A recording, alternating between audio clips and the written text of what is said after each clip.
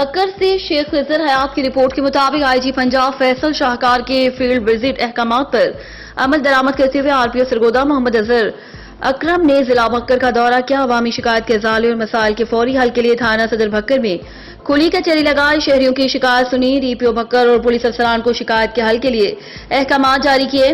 R P او سرگودا نے کہا کھلی کچہری کا مقصد عوام کی دہلیز پر ان کے مسائل کو حل کرنا ہے.